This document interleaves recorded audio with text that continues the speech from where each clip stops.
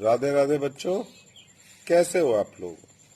आज के इस वीडियो में हम सभी लोग 7D अभ्यास की सवालों को हल करेंगे। इससे पहले मैं 7A, B, C इनकी सवालें आपको बताया था और उसका PDF भी भेजा था और कहा था आप इसको लगाइए। जो सवालें आपको नहीं आती हैं वो मेरे व्हाट्सएप नंबर पर भेजिए, मैं उन्हें अगले वीडियो में बताऊंगा।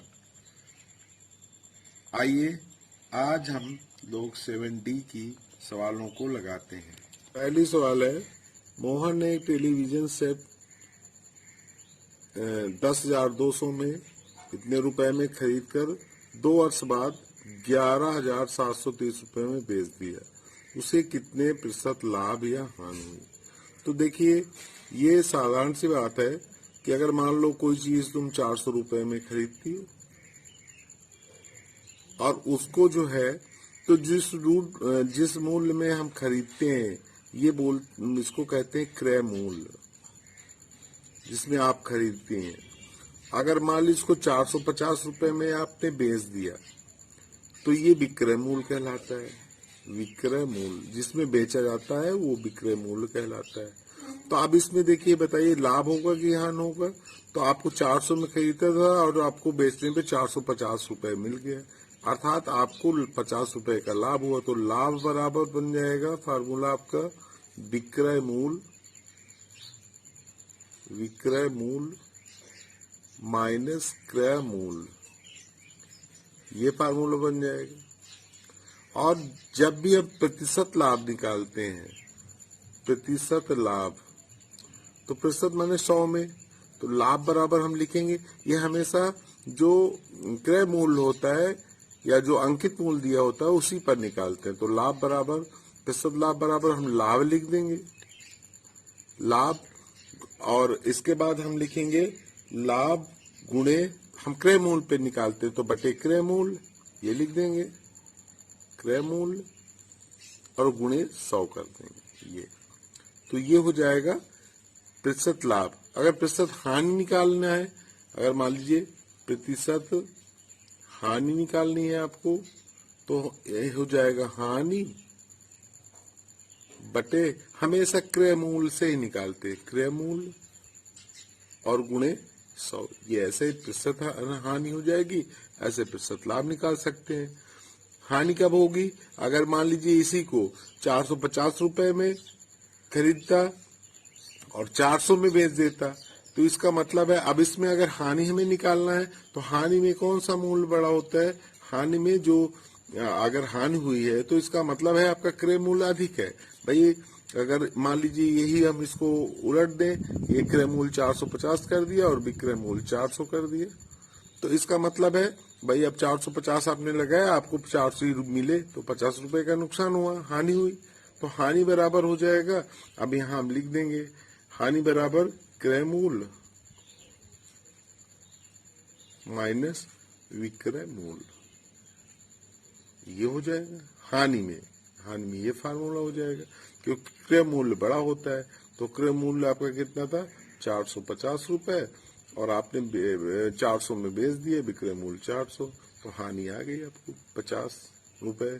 तो इस तरह इस अभ्यास की सवालों को हम लगाएंगे। अब आइए इसमें ये सवाल जो हमने पढ़ा था अभी, मोहन ने एक टेलीविजन सेट रुपए 10,200 में खरीद कर 2 वर्ष बाद 11,730 रुपए में बेच दिया। उसे कितने प्रतिशत लाभ हुआ? तो ये देखिए, उसको लाभ हुआ, यानी कि 10,200 में खरीदा था, 11,730 रुपए में बेच दिया। तो सबसे पहले यहाँ लिख देंगे लाभ होगा, तो लाभ बराबर हमने आपको फार्मूला बताया था विक्रय मूल्य माइनस क्रय मूल्य। तो पहले हमें लाभ कितना हुआ ये मालूम कर लें, तो यहाँ आप लिख दोगी 11,730 माइनस कितना है आपका 10,200।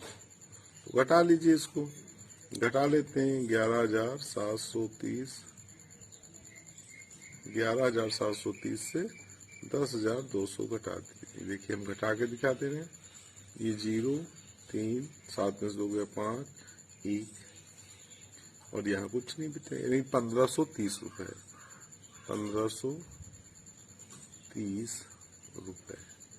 अब इसने पूछा है, देखिए कितने प्रतिशत लाभ हुआ, तो लाभ प्रतिशत, प्रतिशत लाभ लिख देंगे, प्रतिशत लाभ बराबर, अब हमने बताया था लाभ कितना हुआ 1530 गुणे 100 कर दिया, बटे क्रय मूल्य कितना था 10,900, ये लिख दिया हमने। तो ये दोनों जीरो आपने काट दिया, ये इससे कट जाएगा। अब इसको 3 से काट दिए, 3 से कटेगा, 3 3 का 9, 1 बचेगा 12 हुआ, 3 चौक 12, 3 बचे 15, 3 एक 9, 3 जीरो लिख देंगे। अब 17 दूना 34, 17 3 51, ये हो गया, 2 से काट दिए तो 15 आ गया। तो अब इसको हम प्रतिशत में दिखाएंगे, 15%, ये हो गया आपका। ये आपकी पहली सवाल है। एक व्यापारी ने 10 बैल इकाई दही सैकड़ा हजार 10,000 लाख यानी कि 3 लाख में खरीदे और यदि उसे 24,000 प्रति बैल के हिसाब से उन्हें बेचना पड़ा तो उसका प्रतिशत लाभ या हानि ज्ञात कीजिए। तो यहाँ लिखेंगे 10 बैलों का, पहले क्रय मूल्य निकाल लें बैलों का। तो क्रय मूल्य निकालना क्या दिया है, क्रय मूल्य ऐसे कर सकते हैं। तो ये दिया है 3 लाख रुपए, ये इतने रुपए। अब इसके बाद है, इसने कहा कि 24,000 रुपए प्रति बैल के हिसाब से बेच दिए। तो यहाँ लिखेंगे विक्रय मूल्य, विक्रय मूल्य यहाँ लिख सकती है 10 बैलों का,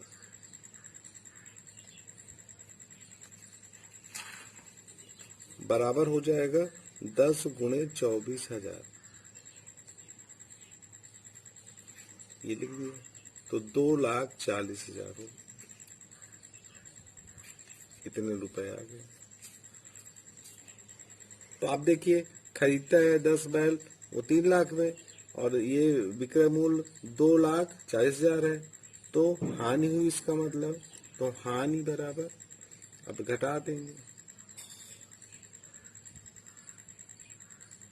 ये लिख दिया हमने। और ये 2 4 4 0 1 2 3 4 ये घटा देंगे।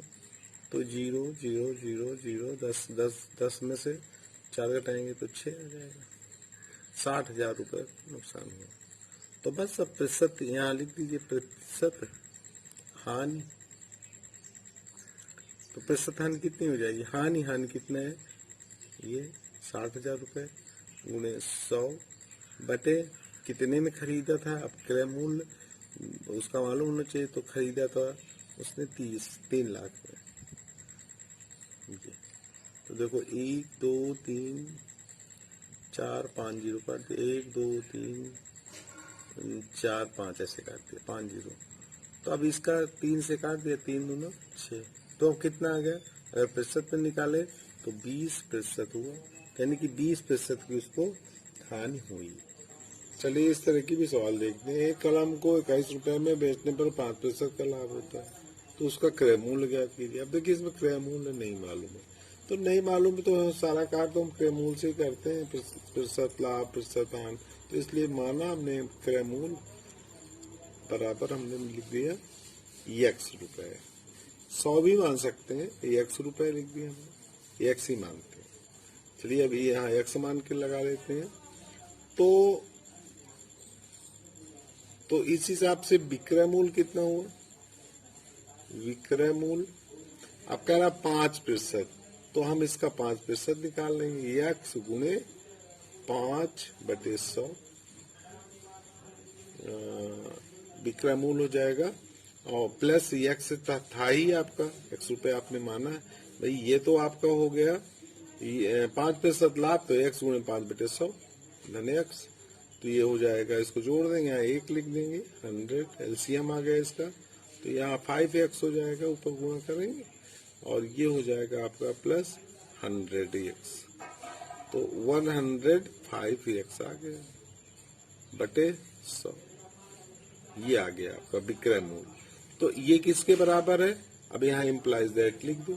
तो 105 यक्स बटे ये x 105x upon 100 is equal to 21 रुपए के बराबर है। 21 के बराबर कर दिया। फिर ये क्रॉस मल्टीप्लाई फिर ये गुणा कर देंगे तो 105x 100 इंटू 21। इसलिए x इज इक्वल टू निकालेंगे तो एक साथ जो गुणे में है बटे में आ जाएगा। तो 100 इंटू 21 अपॉन 105। तो 21 पंचे 5 ये हो जाएगा आपका 105 और 5 से काट देंगे 5 दूना 10 20। अर्थात वो जो x का माना है कि 20 रुपए, देखिए क्रय मूल्य उसका 20 रुपए था। ये लग गई आपकी सवाल। इसको हम अगर 100 मान के मान लीजिए लगाते तो यहाँ लिखते, उसको भी देख लो, यहाँ लिख देते माना, उसमें आसानी होती है प्रतिशत निकालने। माना क्रय मूल्य बराबर हम लिख दिए 100 रुपए, ठीक है ना। तो अब यहाँ विक्रय मूल्य, अब लिखेंगे विक्रय मूल्य। तो विक्रय मूल्य हो जाएगा 5%।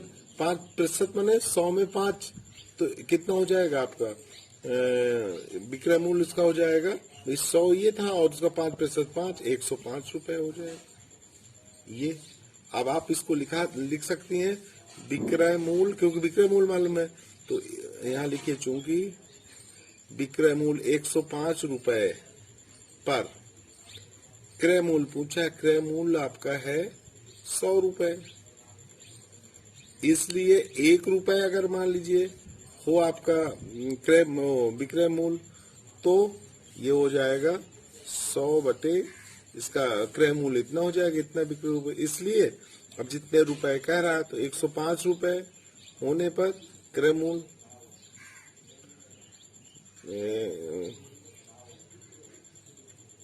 ये आप यहाँ पर ये लिखेंगे 105 रुपए पर क्रय मूल्य, 105 नहीं क्रय मूल्य आपने माना है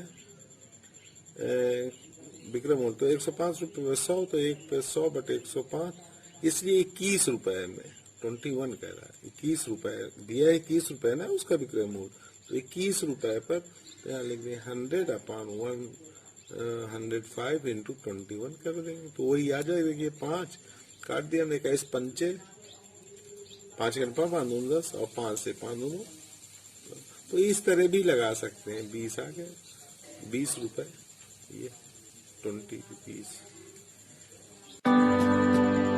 राधे राधे बच्चों, आज के लिए बस इतना ही।